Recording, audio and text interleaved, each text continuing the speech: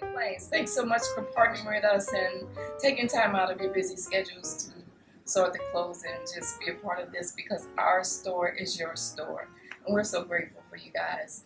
Thanks so much.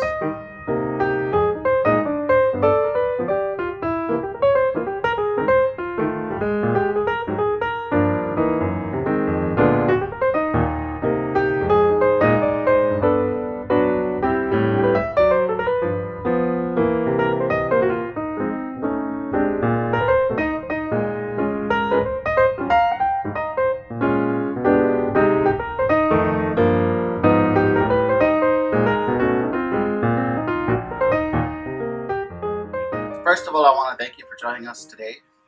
If you're watching this video, it means that you're going to help us sort. And what I wanted to show you was some of the things that we look for when we sort clothes. One of the things we look for when we sort clothes is whether or not they have any stains or anything like that on them. See the yellow stain on there? That's something we watch for. A lot of times you're going to get the yellow stains are going to be around the collars where people sweat, under the underarms. In this case, it probably was just something that they spilled on the shirt. But either way, it's something that we wouldn't sell here. Okay, another thing we want to look for is on clothing that has either buttons or zippers, we want to make sure that they're fully functional and that they're actually there. In this case, the zipper works fine on this one, but there is something wrong with this garment. If you check the pockets, you'll find a candy bar in there and a rubber band. You always want to check all the pockets of all the clothes that you go through, because you never know what's going to be in there. Sometimes there's, sometimes you get lucky and it's money, but a lot of times it's food or gum or things like that. And either way, we don't want that to go to the sale floor with that on there. And now here's another thing we look for. This is more staining, but this is a discoloration, not from anything being spilled on it. It's just probably, just grease stains of whatever, but any kind of soiling or stains, we don't want that on the clothes. As I mentioned earlier, we're looking at to make sure all the buttons are functional. In this case, this shirt has 3 buttons, but it has 6 slots for buttons, which means 3 of the buttons are missing. And one of the things I like to do when I'm checking my garments is I like to go down and test all the buttons just real quick. I just slide my fingers through them, and that way you can tell if they're attached good or not. If they're not attached well, we don't want to sell that. Here's another thing we're looking for. A lot of times you don't see it right away, but there's tears within the seams, and any kind of tear, we don't want that shirt. This one here, you can see there's a nice big hole here in the black shirt. Okay, pants. What we're looking for too is we're going to check the pockets, make sure the pockets don't have anything in them. Same as with the shirts, you want to check the zippers and the buttons or the snaps, any of the kind of clasps that they have. You want to make sure it's all functional. You want to make sure that all the belt loops are on there, that none of them are busted off. In this case, we would reject this one because, so if you look at the crotch, you'll see there's yellow staining. And you always want to check and make sure you check the crotch of pants. You always want to check the seams, make sure there's no staining on the seams. And you always want to check where your feet come out, because on the cuffs, a lot of times they'll come apart, they'll shred, or they'll get little holes in them or tears, or strings will be dangling from that. And in that case, we don't want to take that either. So this brings us to some other apparel, like the shoes. One of the things that we would look for, as obvious as this is this whether or not they're filthy. If they're really dirty, in this case, this is probably something we would clean, which is why I hadn't thrown it away or discarded it or put it in the bag it takes. This might just come off with soap and water, in which case we could sell it. But if it turns out after we scrub it down it's still dirty or you can't get the dirt out, then that's when we would bag and take it. Another example of what we're looking at when we look at shoes. If you get up real close, you'll see there's some tears in the shoe. And you'll also look at the seams and stuff. If they're all worn out like that and busted off, that's something that we don't want to sell. Also, we always want to check the soles.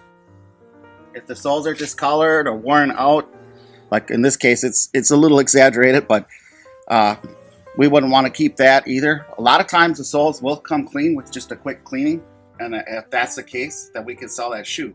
But on something like this, where it's obvious that there's no way to clean this or repair it, that's going to go into bag and take. Now I'm looking at a purse. This is an example of what we're looking for on purses. You can see this one that's got a lot of wear and tear on it, plus it's got writing on it. That's pretty common. That's something that we wouldn't take. Also, you want to check the pockets. In this case, you'll see there's wrappers, paper clips, peanuts in there. And on the other side, there's an earring and a paper clip. Who knows? A lot of times you'll find medicine and all kinds of stuff in there.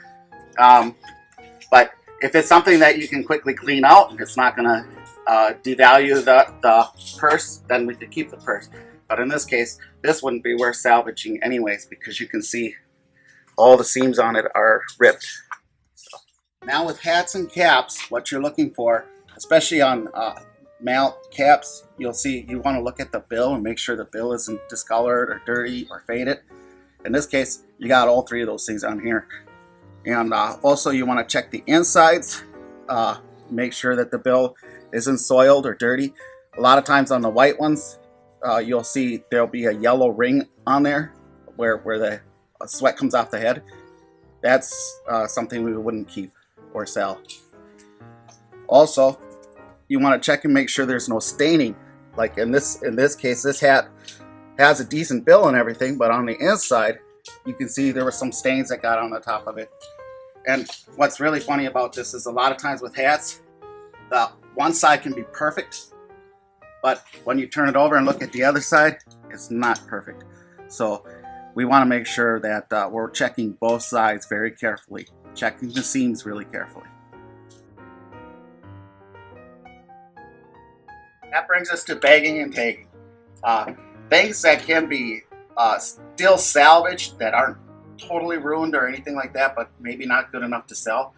We put those into these industrial size black bags, and we keep